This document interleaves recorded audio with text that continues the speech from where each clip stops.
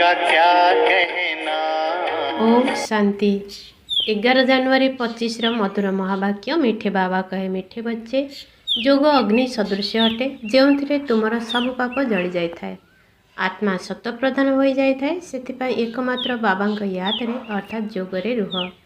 ପ୍ରଶ୍ନ, ପୁଣ୍ୟ ଆତ୍ମା ହେଉଥିବା ସନ୍ତାନମାନଙ୍କୁ କେଉଁ କଥା ପ୍ରତି ବହୁତ ଧ୍ୟାନ ରଖିବାକୁ ହେବ?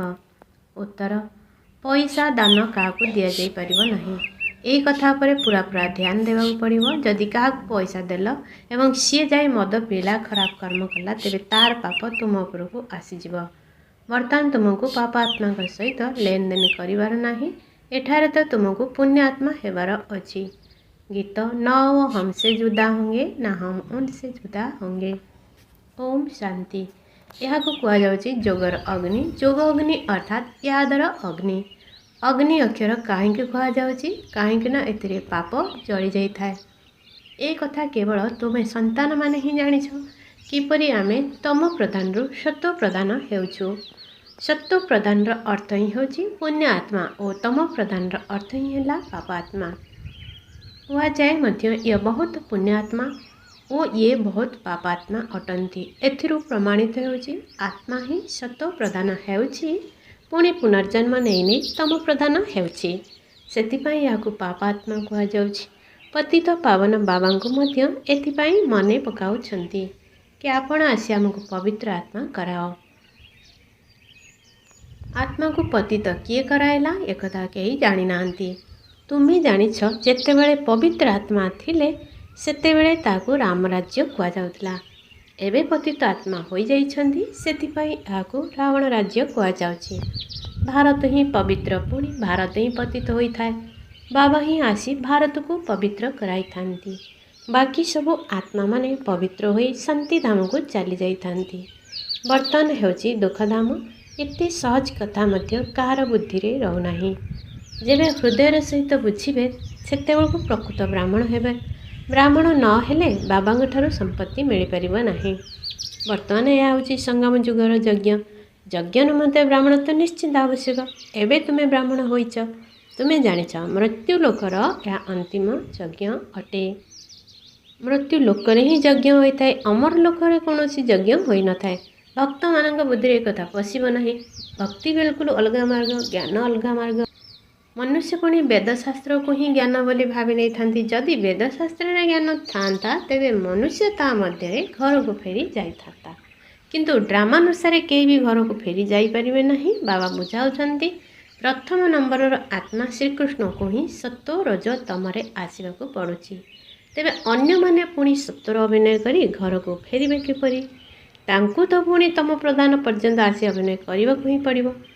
ପ୍ରତ୍ୟେକ ଅଭିନେତାଙ୍କର ନିଜସ୍ୱ ଶକ୍ତି ରହିଛି ନା। ବଡ଼ ବଡ଼ ଅଭିନେତାମାନେ କେତେ ନାମିଗ୍ରାମୀ ହୋଇଥାନ୍ତି। ସବୁଠାରୁ ମୁଖ୍ୟ ରଚୟିତା, ନିର୍ଦ୍ଦେଶକ ଏବଂ ମୁଖ୍ୟ ଅଭିନେତା କିଏ ଅଟନ୍ତି? ଏବେ ତୁମେମାନେ ବୁଝୁଛ, ଗଡ୍ ଫାଦର ହେଉଛନ୍ତି ମୁଖ୍ୟ। ତାଙ୍କ ପଛକୁ ପୁଣି ଜଗଦମ୍ବା, ଜଗତ ପିତା ଅଛନ୍ତି। ଜଗତର ମାଲିକ, ବିଶ୍ୱର ମାଲିକ ହେଉଛନ୍ତି। ଏମାନଙ୍କର ଅଭିନୟ ନିଶ୍ଚୟ ଶ୍ରେଷ୍ଠ ଅଟେ। ତେଣୁ ତାଙ୍କର ପ୍ରାପ୍ତି ମଧ୍ୟ ଅଧିକ ଅଟେ। ପ୍ରାପ୍ତି ତ ବାବା ଦେଉଛନ୍ତି, ଯିଏ ସବୁଠାରୁ ଉଚ୍ଚ ଅଟନ୍ତି। କହୁଛନ୍ତି, ତୁମେ ମୋତେ ଏତେ ସାହାଯ୍ୟ କରୁଛ, ତେଣୁ ତୁମକୁ ଦରମା ଅର୍ଥାତ୍ ପ୍ରାପ୍ତି ମଧ୍ୟ ସେହିଭଳି ନିଶ୍ଚିନ୍ତ ମିଳିବ। ଯଦି ବାରିଷ୍ଟର ପଢ଼ାଇବେ, ତେବେ କହିବେ ନା, ଏତେ ଉଚ୍ଚ ପଦ ପ୍ରାପ୍ତି କରାଉଛି, ତେଣୁ ଏହି ପାଠପଢ଼ା ପ୍ରତି ପିଲାମାନଙ୍କୁ କେତେ ଧ୍ୟାନ ଦେବା ଦରକାର। ଗୃହସ୍ଥରେ ମଧ୍ୟ ରହିବାକୁ ହେବ। କର୍ମଯୋଗ ସନ୍ନ୍ୟାସ ଅଟନା। ଗୃହସ୍ଥ ବ୍ୟବହାର ରହି ସବୁକିଛି କରି ମଧ୍ୟ ବାବାଙ୍କ ଠାରୁ ସମ୍ପତ୍ତି ପାଇବା ପାଇଁ ପୁରୁଷାର୍ଥ କରିପାରିବ। ଏଥିରେ କୌଣସି ଅସୁବିଧା ନାହିଁ। କାମଧନ୍ଦା କରି ଶିବ ବାବାଙ୍କ ୟାଦରେ ରହିବାକୁ ହେବ। ଜ୍ଞାନ ତ ବହୁତ ସହଜ ଅଟେ। ଗାୟନ ମଧ୍ୟ କରୁଛନ୍ତି, ହେ ପତିତ ପାବନ ଆସ, ଆସି ଆମକୁ ପବିତ୍ର କର। ପବିତ୍ର ଦୁନିଆରେ ତ ରାଜଧାନୀ ଅଛି, ତେଣୁ ବାବା ସେହି ରାଜଧାନୀର ମଧ୍ୟ ଯୋଗ୍ୟ କରାଉଛନ୍ତି। ଏହି ଜ୍ଞାନରେ ଦୁଇଟି ମୁଖ୍ୟ ବିଷୟ ରହିଛି। ଅଲଫ, ବାବା, ବେ, ସମ୍ପତ୍ତି। ସୁଦର୍ଶନ ଚକ୍ରଧାରୀ ହୁଅ ଏବଂ ବାବାଙ୍କୁ ୟାଦ କର। ତେବେ ତୁମେ ସଦା ସୁସ୍ଥ ରହିବ ଏବଂ ଧନବାନ ହୋଇଯିବ। ବାବା କହୁଛନ୍ତି, ମୋତେ ସେଠାରେ ଅର୍ଥାତ୍ ପରମ ଧାମରେ ୟାଦ କର। ଘରକୁ ମଧ୍ୟ ମନେ ପକାଅ। ମୋତେ ମନେ ପକାଇଲେ ତୁମେ ଘରକୁ ଯାଇପାରିବ। ସୁଦର୍ଶନ ଚକ୍ରଧାରୀ ହେଲେ ତୁମେ ଚକ୍ରବର୍ତ୍ତୀ ରାଜା ହେବ। ଏହି କଥା ବୁଦ୍ଧିରେ ଭଲ ରୂପେ ରହିବା ଦରକାର। ବର୍ତ୍ତମାନ ତ ସମସ୍ତେ ତମ ପ୍ରଧାନ ଅଟନ୍ତି। ସୁଖ ଧାମରେ ସୁଖ ଶାନ୍ତି ସମ୍ପତ୍ତି ସବୁ ମିଳିଥାଏ। ସେଠାରେ ଗୋଟିଏ ଧର୍ମ ରହିଥାଏ। ଏବେ ତ ଦେଖ ଘରେ ଘରେ କେତେ ଅଶାନ୍ତି ରହିଛି। ଦେଖ ଛାତ୍ରମାନେ କେତେ ହଙ୍ଗାମା କରୁଛନ୍ତି, ନିଜର ଗରମ ରକ୍ତ ଦେଖାଉଛନ୍ତି। ଏହା ହେଉଛି ତମ ପ୍ରଧାନ ଦୁନିଆ। ସତ୍ୟଯୁଗ ହେଲା ନୂଆ ଦୁନିଆ। ବାବା ସଙ୍ଗମରେ ହିଁ ଆସିଛନ୍ତି। ମହାଭାରତ ଲଢ଼େଇ ମଧ୍ୟ ସଙ୍ଗମର ଅଟେ। ଏବେ ଏହି ଦୁନିଆ ବଦଳିବ। ବାବା ମଧ୍ୟ କହୁଛନ୍ତି ମୁଁ ନୂଆ ଦୁନିଆର ସ୍ଥାପନା କରିବା ପାଇଁ ସଙ୍ଗମରେ ଆସୁଛି। ଏହାକୁ ହିଁ ପୁରୁଷୋତ୍ତମ ସଙ୍ଗମ ଯୁଗ କହୁଛନ୍ତି। ପୁରୁଷ ଉତ୍ତମ ମାସ, ପୁରୁଷ ଉତ୍ତମ ବର୍ଷ ମଧ୍ୟ ପାଳନ କରୁଛନ୍ତି। କିନ୍ତୁ ଏହି ପୁରୁଷୋତ୍ତମ ସଙ୍ଗମ ଯୁଗ ବିଷୟରେ କାହାକୁ ଜଣା ନାହିଁ। ସଙ୍ଗମରେ ହିଁ ବାବା ଆସି ତୁମକୁ ହୀରା ତୁଲ୍ୟ କରାଉଛନ୍ତି। ପୁଣି ଏଥିରେ ମଧ୍ୟ କ୍ରମାନୁସାରେ ତ ଥାନ୍ତି ନା। ହୀରା ସଦୃଶ ରାଜା ହୋଇଯାଉଛନ୍ତି। ବାକି ଯିଏ ସୁନା ସଦୃଶ ହେବେ ସେ ପ୍ରଜା ହୋଇଯାଉଛନ୍ତି। ପିଲା ଜନ୍ମ ନେଲା ଏବଂ ସମ୍ପତ୍ତିର ହକଦାର ହୋଇଗଲା। ବର୍ତ୍ତମାନ ତୁମେ ପବିତ୍ର ଦୁନିଆର ହକଦାର ହୋଇଯାଉଛ। ପୁଣି ସେଥିରେ ଉଚ୍ଚ ପଦ ପାଇବା ପାଇଁ ପୁରୁଷାର୍ଥ କରିବାକୁ ପଡ଼ିବ। ବର୍ତ୍ତମାନ ସମୟର ପୁରୁଷାର୍ଥ ତୁମର କଳ୍ପକଳ୍ପର ପୁରୁଷାର୍ଥର ଆଧାର ହୋଇଯିବ। ଜଣା ପଡ଼ିଯାଇଥାଏ ଇଏ କଳ୍ପକଳ୍ପ ଏହିପରି ପୁରୁଷାର୍ଥ କରିବେ। ଏହାଙ୍କ ଦ୍ୱାରା ଏହାଠାରୁ ଆଉ ଅଧିକ ପୁରୁଷାର୍ଥ ହେବ ନାହିଁ।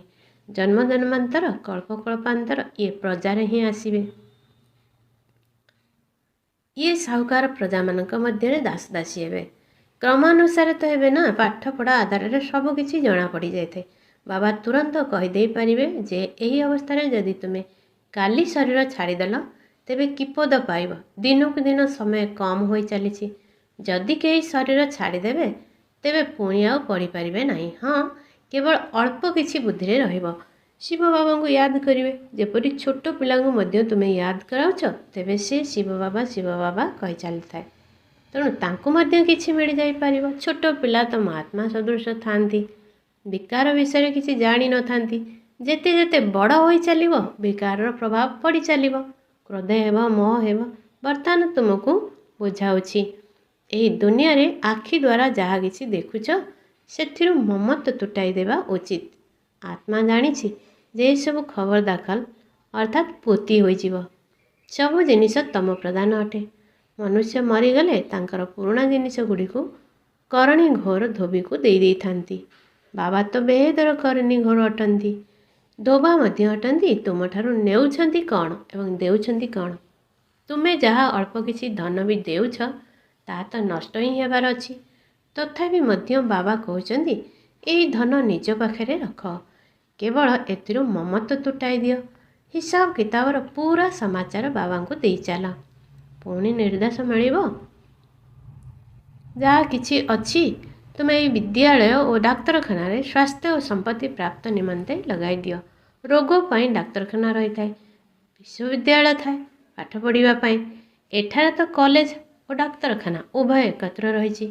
ଏଥିପାଇଁ ତ କେବଳ 3 ପାଦେ ଭୂମି ଆବଶ୍ୟକ। ବାସ୍, ଯାହାଙ୍କ ପାଖରେ ଆଉ କିଛି ନାହିଁ ସେ କେବଳ 3 ପାଦ ଜାଗା ଦେଇ ଦିଅନ୍ତୁ। ସେଠାରେ କ୍ଲାସ୍ ଆରମ୍ଭ କରିଦିଅନ୍ତୁ। 3 ପାଦ ପୃଥିବୀ, ତାହା ତ କେବଳ ବସିବା ପାଇଁ ଜାଗା ହେଲା ନା। 3 ପାଦର ହିଁ ଆସନ ହୋଇଥାଏ। 3 ପାଦ ପୃଥିବୀକୁ ଅର୍ଥାତ୍ ସେବା କେନ୍ଦ୍ରକୁ କେହି ବି ଆସିଲେ ଭଲ ଭାବରେ ବୁଝିକରି ଯାଇପାରିବେ।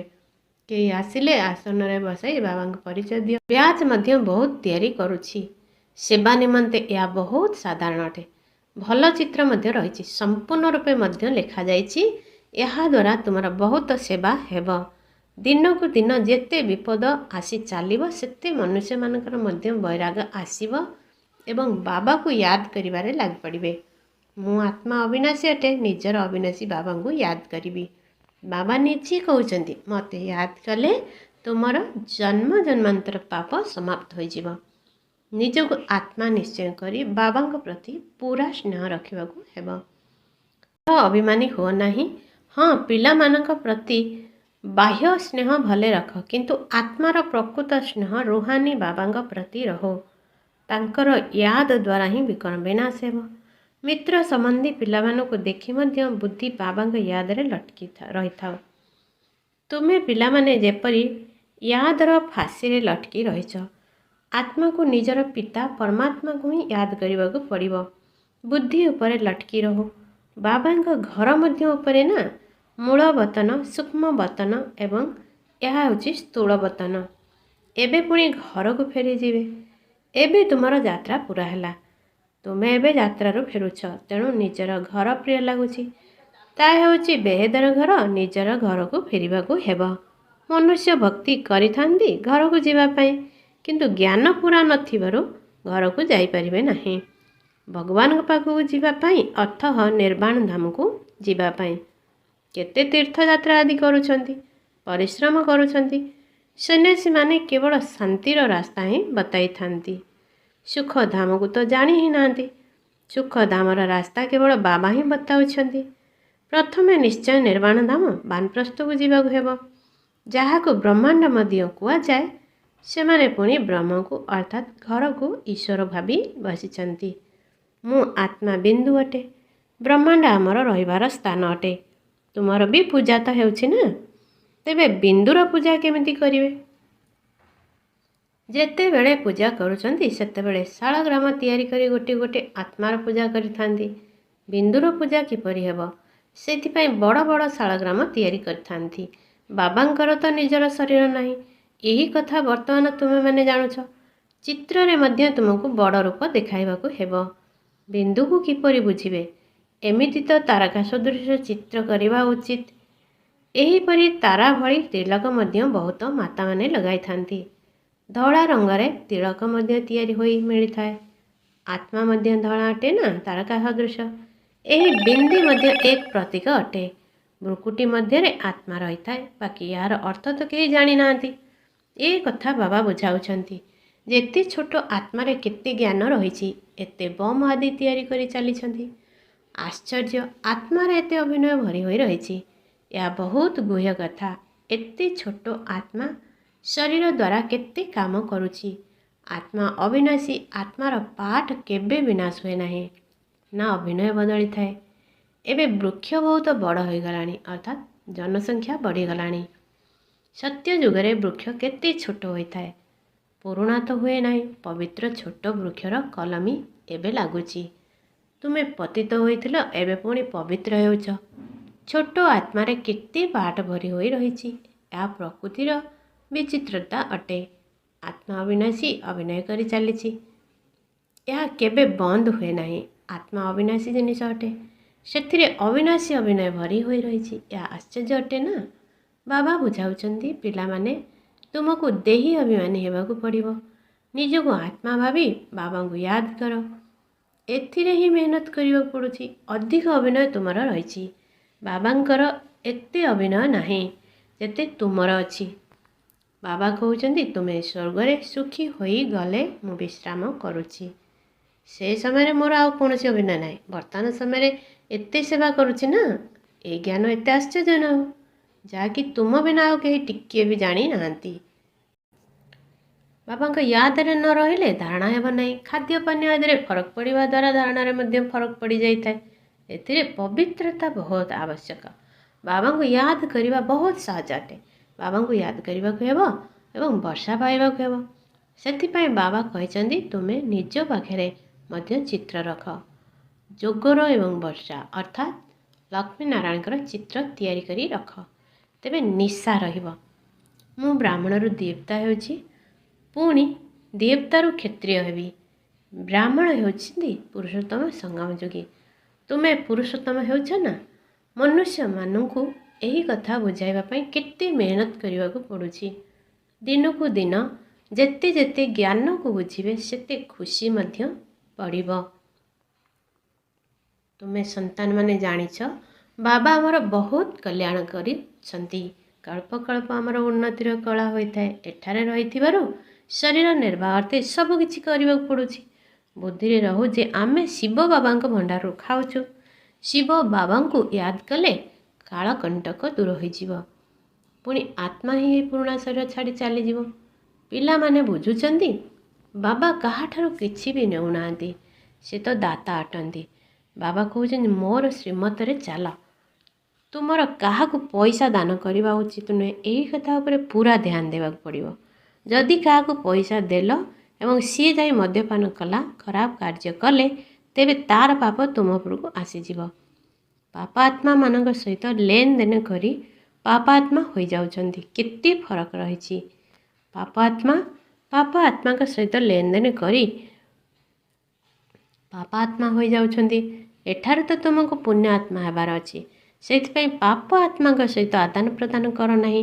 ବାବା କହୁଛନ୍ତି କାହାକୁ ବି ଦୁଃଖ ଦିଅ ନାହିଁ, କାହା ପ୍ରତି ମୋହ ରଖ ନାହିଁ। ବାବା ମଧ୍ୟ ସାକ୍ରିନ ହୋଇ ଆସୁଛନ୍ତି, ହଠାତ୍ ମିଠା ସୁଖ ଦେବା ପାଇଁ ଆସୁଛନ୍ତି। ପୁରୁଣା ଅବଗୁଣ ନେଇ ଦେଖ କେତେ ସୁଧ ଦେଉଛନ୍ତି। ବହୁତ ଅଧିକ ସୁଧ ମିଳୁଛି। କେତେ ଭୋଳା ଅଟନ୍ତି। 2 ମୁଠା ବଦଳରେ ମହଲ ଦେଇ ଦେଉଛନ୍ତି। ଆଚ୍ଛା, ମିଠା ଶିଖିଲା ଦେଇ ସନ୍ତାନମାନଙ୍କ ପ୍ରତି ମାତା ପିତା ବାପ ଦାଦାଙ୍କର ମଧୁର ସ୍ନେହ ସମ୍ପନ୍ନ ଶୁଭେଚ୍ଛା ଏବଂ ସୁପ୍ରଭାତ। ଆତ୍ମିକ ପିତାଙ୍କର ଆତ୍ମିକ ସନ୍ତାନମାନଙ୍କୁ ନମସ୍ତେ। ସନ୍ତାନମାନଙ୍କର ଆତ୍ମିକ ମାତା ପିତାଙ୍କୁ ନମସ୍ତେ ନମସ୍ତେ ନମସ୍ତେ। ଧାରଣା ପାଇଁ ମୁଖ୍ୟ ସାର 1। ଏବେ ତୁମର ଯାତ୍ରା ସମାପ୍ତ ହେଲା। ତୁମକୁ ନିଜ ଘରକୁ ଫେରିଯିବାକୁ ହେବ। ତେଣୁ ଏହି ପୁରୁଣା ଦୁନିଆ ପ୍ରତି ବେହେଦର ବୈରାଗ ରଖି ବୁଦ୍ଧି ଯୋଗ ବାବାଙ୍କ ସ୍ମୃତି ଉପରେ ସ୍ଥିର ରଖିବାକୁ ହେବ। 2। ସଙ୍ଗମ ଯୁଗରେ ବାବା ଯେଉଁ ଯଜ୍ଞ ରଚନା କରିଛନ୍ତି, ସେହି ଯଜ୍ଞର ରକ୍ଷା କରିବା ପାଇଁ ସଚ୍ଚା ପବିତ୍ର ବ୍ରାହ୍ମଣ ହେବାକୁ ପଡ଼ିବ। କର୍ମଧନ୍ଦା ଆଦି କରି ମଧ୍ୟ ବାବାଙ୍କ ୟାଦରେ ରହିବାକୁ ହେବ। ବରଦାନ। ଆଦି ରତ୍ନର ସ୍ମୃତି ଦ୍ୱାରା ନିଜର ଜୀବନର ମୂଲ୍ୟକୁ ଜାଣିପାରୁଥିବା ସଦା ସମର୍ଥ ଆତ୍ମା ଭବ। ଯେପରି ବ୍ରହ୍ମା ବାବା ଆଦିଦେବ ଅଟନ୍ତି, ସେହିପରି ବ୍ରହ୍ମା କୁମାର କୁମାରୀମାନେ ମଧ୍ୟ ଆଦି ରତନ ଅଟନ୍ତି। ଆଦିଦେବଙ୍କର ସନ୍ତାନ ମାଷ୍ଟର ଆଦିଦେବ ଅଟନ୍ତି। ନିଜକୁ ଆଦି ରତନ ଭାବିବା ଦ୍ୱାରା ହିଁ ନିଜର ଜୀବନର ମୂଲ୍ୟକୁ ଜାଣିପାରିବ। କାହିଁକି ନା ଆଦି ରତନ ଅର୍ଥାତ୍ ପ୍ରଭୁଙ୍କର ରତନ ବା ଈଶ୍ୱରୀୟ ରତନ। ତେଣୁ କେତେ ମୂଲ୍ୟ ବଢ଼ିଗଲା। ସେଇଥିପାଇଁ ନିଜକୁ ସର୍ବଦା ଆଦି ଦେବଙ୍କର ସନ୍ତାନ, ମାଷ୍ଟର ଆଦିଦେବ, ଆଦି ରତନ ମନେକରି ସବୁ କାର୍ଯ୍ୟ କର। ତାହେଲେ ସମର୍ଥ ଭବର ବରଦାନ ମିଳିଯିବ। କିଛି ବି ବ୍ୟର୍ଥରେ ନଷ୍ଟ ହୋଇପାରିବ ନାହିଁ। ସ୍ଲୋଗାନ। ଜ୍ଞାନୀ ତୁ ଆତ୍ମା ତାଙ୍କୁ କୁହାଯିବ ଯେଉଁମାନେ ଧୋକା ଖାଇବା ପୂର୍ବରୁ ପରଖି ନେଇ ନିଜକୁ ସୁରକ୍ଷିତ କରି ଦିଅନ୍ତି। ଓମ୍ ଶାନ୍ତି।